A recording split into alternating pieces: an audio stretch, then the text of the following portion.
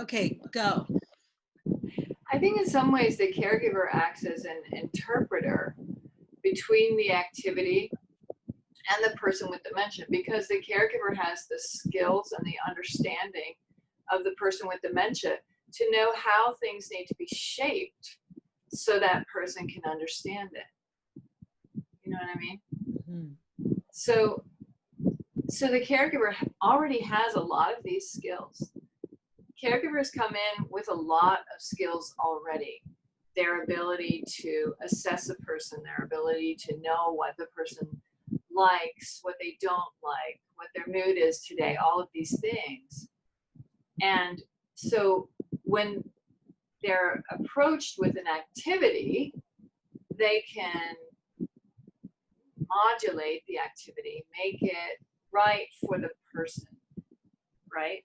So without that caregiver to do that, a lot gets lost because a person with dementia can't usually say, hey, I don't understand, or wait, you're going too fast. You know, they don't have that capacity. So the caregiver does often, or can learn that, I believe. But yeah. Do you get that? So they're like a creative conduit in a lot of ways, that they move help move you through the creative experience. The person with dementia and Alzheimer's, move them through the creative experience like a guide. Like a guide, yeah. I like guide. Yeah. A guide is good. I mean, the best caregivers are probably really good guides. Really. Yeah. It's And what is it to be a good guide? It's to understand the power of an experience, of experientialness, that there's no other result that you're really looking for. It's not like a professional musician or artist where you're looking for a specific outcome. When you use creative engagement with someone with dementia, isn't it, the experience is the most important thing. Caregivers always turn around when I do the creative engagement programs, and they say, well, I'm not a professional musician, I'm not a professional artist, I don't feel confident in my creative abilities. And you had said, caregivers can make great guides. And I think the most important aspect of that is when they wrap their mind around the idea that it's an experience, and that's the most important thing, to have an experience together. yes. I think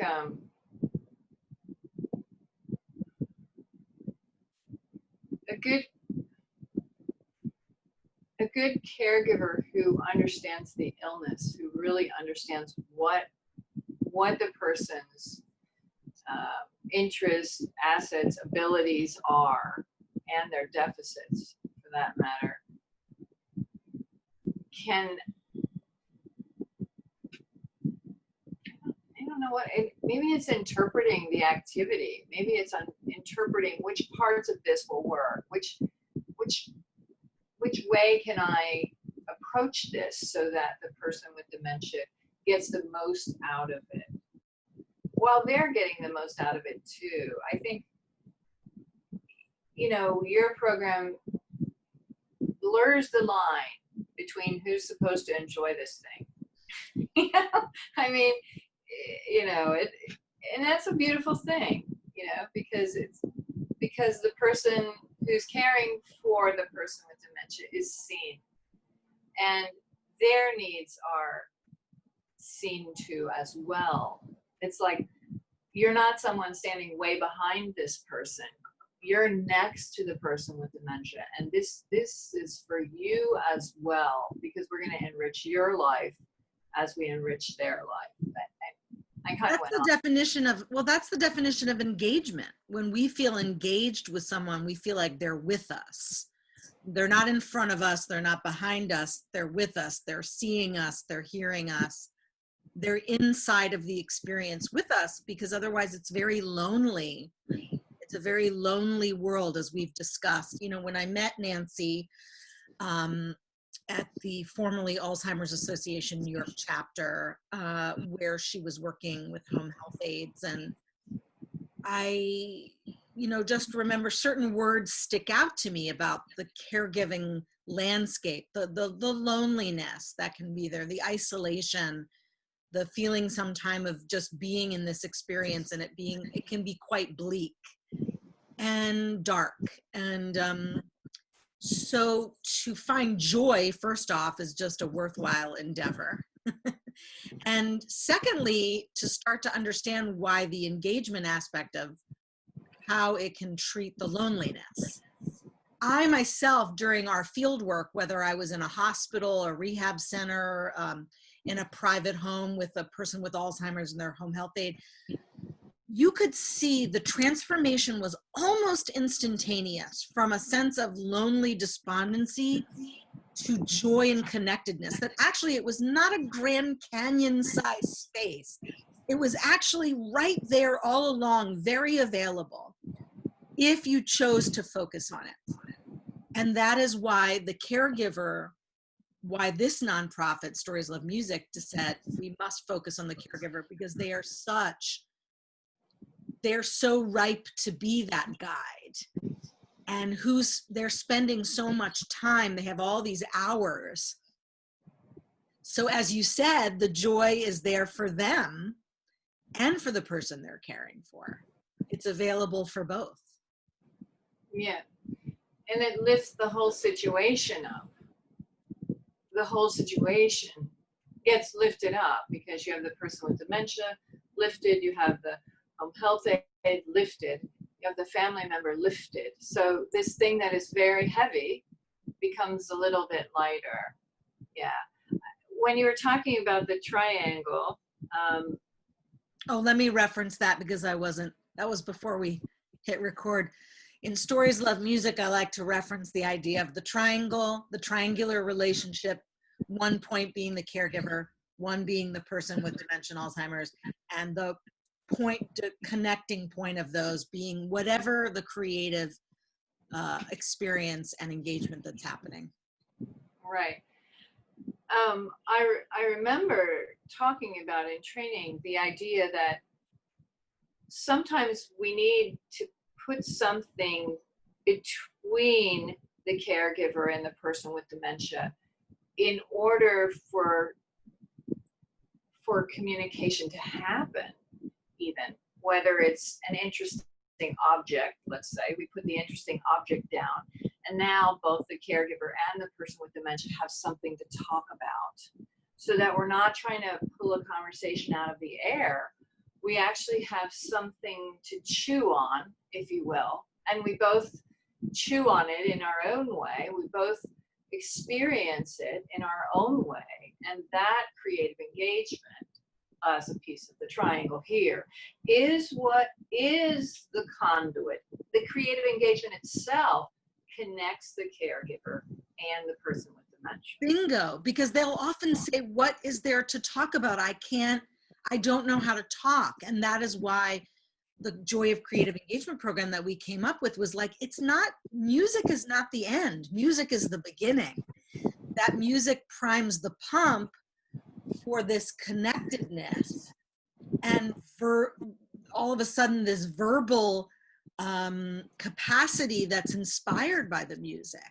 And that what I try to communicate to caregivers is to seize that opportunity, that when you engage with music with someone, there can be a real possibility there to talk about what comes up from the music.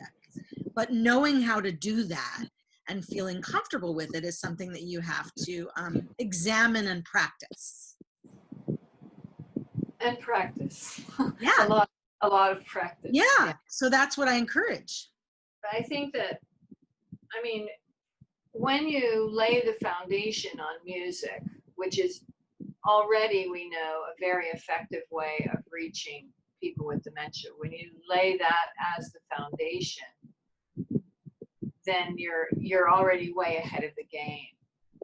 You know, I think, is that clear? I mean, I think in a sense, when I knew that music was going to be central for our program at Stories Love Music, I knew it was like we didn't have to reinvent the wheel.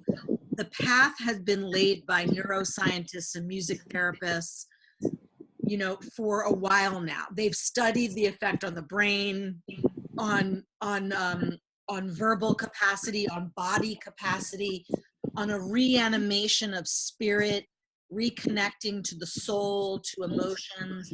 I mean, I have so many vivid memories where those, and it's so many of the neuroscientists and music therapists talk, it's all anecdotal because they can't create all the settings to do the clinical trials that they need.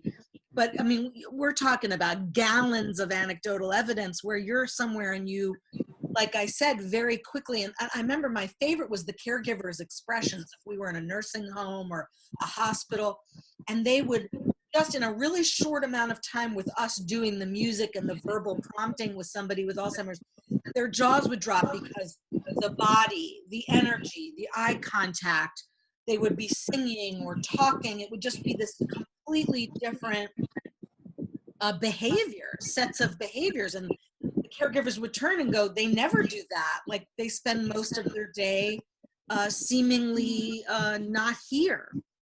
And I said, well, think about all of us. Think about society and people in general, that when we don't feel engaged, when we don't feel connected to other people, and what's going on right now with COVID, it's very, social interaction is limited, and people are experiencing anxiety and depression, and all sorts of things are spiking. So if the general population needs social interaction and engagement, imagine how much more someone who feels always so separate, always so scared.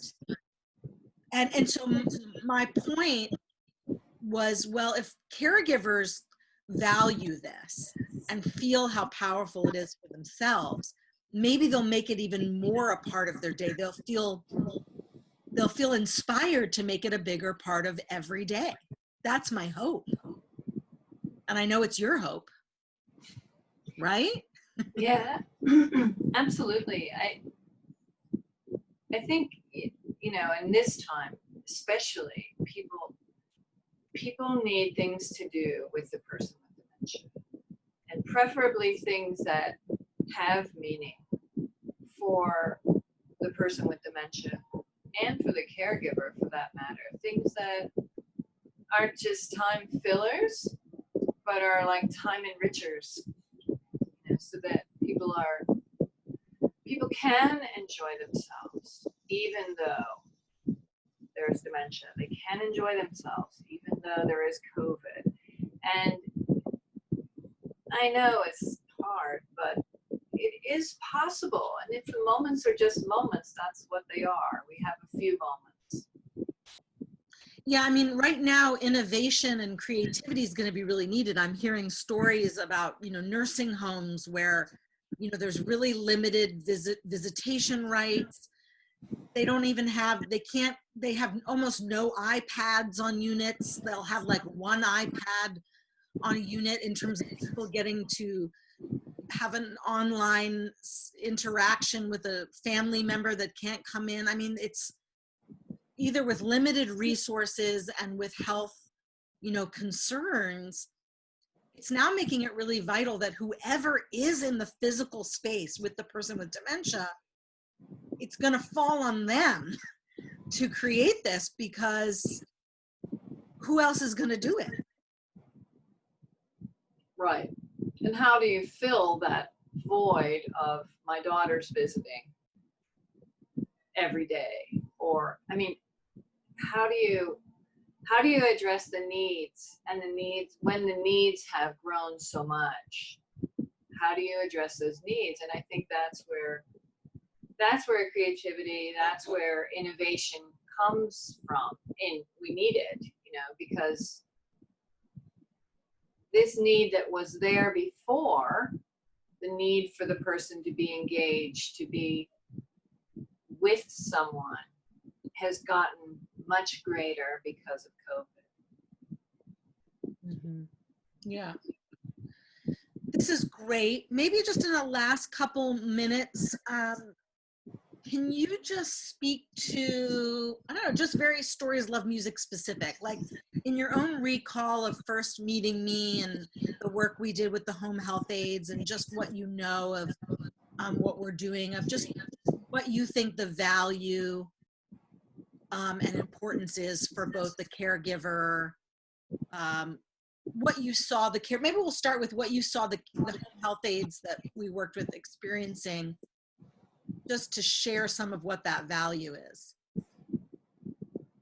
Well, I think in Stories Love Music, because you set up things very specifically for the person to recall some music that they knew, think about the place where they were, it gives the home health aides, in the case where you brought it to my classes, a chance to focus on themselves, which they don't normally get, right? I get to think, oh, what was my music? Who am I? What am I about, right? So they get to focus on themselves. This is pretty unusual. They're always focusing on someone else. They're always caring for someone else. And so it becomes an act of self-care just to do that, just to think about it. Oh, I remember me, that kind of thing, you know. And then to reach back, usually, to some place of enjoyment, of deep joy for them. Not always, but most of the time, to a place where they feel inspired, where they feel loved and comfortable, right? That's huge. In and of itself, that's huge, just to allow the caregiver to do that. But then to recognize that the person they're working with has that inside them too, that they have a place that can be touched through music, right? Through conversation around music. To realize that it's sort of the essence of connecting to people, right? I mean, so another thing that I think Stories Love Music brings to the caregiver is the opportunity to let go of caregiving for whatever many minutes it is, you know. And that's a very hard thing to find as well, where I can take a sigh of relief and just be myself for a few minutes. I think that's an invaluable gift to caregivers, and that is a very hard one to find. You can, you know, run really hard, really fast for very long, or you can swim and swim and swim and swim and swim, or whatever it is that helps you to unwind. But in Stories Love Music,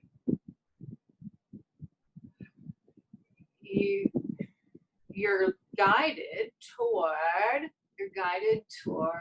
letting go for a second. And I think that's a very hard thing to do, because you'll come back. The caregiving will be there. You know, it doesn't go away for very long, but it goes away long enough to recognize how important the experience is of sharing music and stories with a person with dementia, and finding out what their real, true music is, what really does it for them. So that's invaluable. Well, that I definitely have tried to create a program that, to your point, is a guide for exactly that, releasing those emotions, which I can recall you saying to a group of caregivers once, that if we don't release those emotions, that can be volcanic in terms of the frustration and the anger and the sadness and the feeling unappreciated. And you just said, if that doesn't release, that can be very damaging to their life, their experience of life. So that became a big value to me, that seeing they need a space to honor those emotions and release those emotions. And then to your point of just taking off that caregiver hat and just being human and getting to talk about, remind themselves of their relationship with music. A lot of them go, oh yeah, I remember how much music meant to me and how much a part of my background, my country, my culture, but I've forgotten. I let it go. Or I relegated it to this background noise. And this space allows it to come to the foreground instead of wallpaper. Yeah, I think I think Stories Love Music is in some way about centering ourselves. It's about, because you say it when you're doing the exercise, you know, what music, you know, inspires you, what makes you feel comfortable and cared for, right? And so it becomes an act of centering, you know, which, you know, sometimes is prayer for people, sometimes is meditation for people. But I mean, it is close to sacred, I would say, in finding the self. Find myself. I find myself and I'm not completely miserable. I find myself and oh yes, I'm joyfully skipping around and I'm 8 years old, you know? And that's a good person to embrace when everything Remember that's you too. You're not just the caregiver. You're also that 8-year-old skipping, whistling. You know, as people become adults, they forget those chapters, but it's still you. It's still part of your person. Yes, and I think that, you know, those are the pieces that need to be engaged to give us resilience, to give us the ability to continue to move on. It's not from out there somewhere. It's not the next piece of lasagna. It's actually in here, you know. And well, that's my favorite word, resilience. yeah. And it is spiritual terrain. I mean, that's what I've really learned over these last couple of years creating this program and working with caregivers, is that caregiving is a spiritual terrain, in that it tests you and it uses all parts of your your body, mind, and spirit. And the spiritual aspect is that you're both the caregiver and the person being cared for can be in this lonely, dark place, and that when they find each other, their spirit is really affected. I've seen it. I've bared witness to that, watching and observing those relationships. It's really quite amazing. Right. What I also think about Stories Love Music is that in some practices, like yoga, like mindfulness even, like whatever, there's resistance to this. This is not part of my culture. This is not part of what I normally do, okay? But music, you know, I mean, you say music, people are like, yeah, come on, whatever, you know, because most people have some kind of music they can relate to. You know, if you say yoga, people are thinking, oh, I can't do that. I'm going to wrap my head around it. Or, you know, meditation even. No, I pray, and that's against my religion, really, to be honest with you, because sometimes that's how yoga hits in my class with people, you know, with home health aides.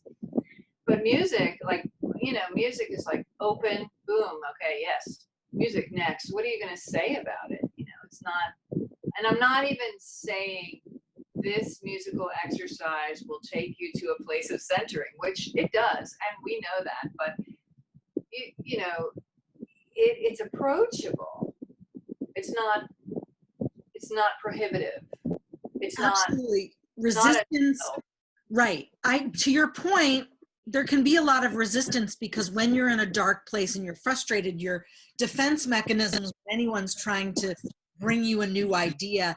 But you said to me early on, and you said this earlier in this chat, once a caregiver has experienced something for themselves, they're more likely to understand what the value, the importance of using it with the person as opposed to saying, here's another bag of tricks for you. Here's some more tools. Here's some more training for you, caregivers. And they're like, great. But you said that to me a long time ago, which is why when we set up the Joy of Creative Engagement, I thought to myself, okay, well, what's the first step? The first step is to have an experience themselves, to take the caregiver on a journey into the creative wilderness and show them, remind them that they're a creative spirit. And then when we get to the part of like, now how can you use this with the person with dementia? They're like, aha, interesting, curious, possible, starting to be curious of how it would work, which is going to make someone more likely to be interested and want to try it. Right, because, you know, going through that experience with you, it's really cool. I mean, I'm sure that people go home and say, you wouldn't believe what happened today, you know, and they share that experience with their families, right, with the people that they know, because that experience sticks out for them. It's like, wow, something happened to me today, you know, and that's a residual effect, you know, not even talking about the person with dementia. I'm saying, you know, I brought this home to my family because something shook me today, you know, and I'm seeing things in a new way. How wonderful is that as a gift? I mean, that's like extra bonus stuff, right? Gifts for the caregivers and beyond. Which they need, yes, to the caregivers and beyond. Caregivers and beyond. Which they need, because, you know, I'm not going to go into all the reasons or whatever that they're underappreciated, but they are underappreciated, period. And so any gifts that we can give them, any, are good and most appreciated as well. Well, you would know that very well, and I've surrounded myself with a team at Stories Love Music that all really get not only that caregivers need these gifts and experiences, and also just the elder population and the dementia population. I was saying to someone the other day that I really miss. I do genuinely miss my sessions working with people with dementia. It is a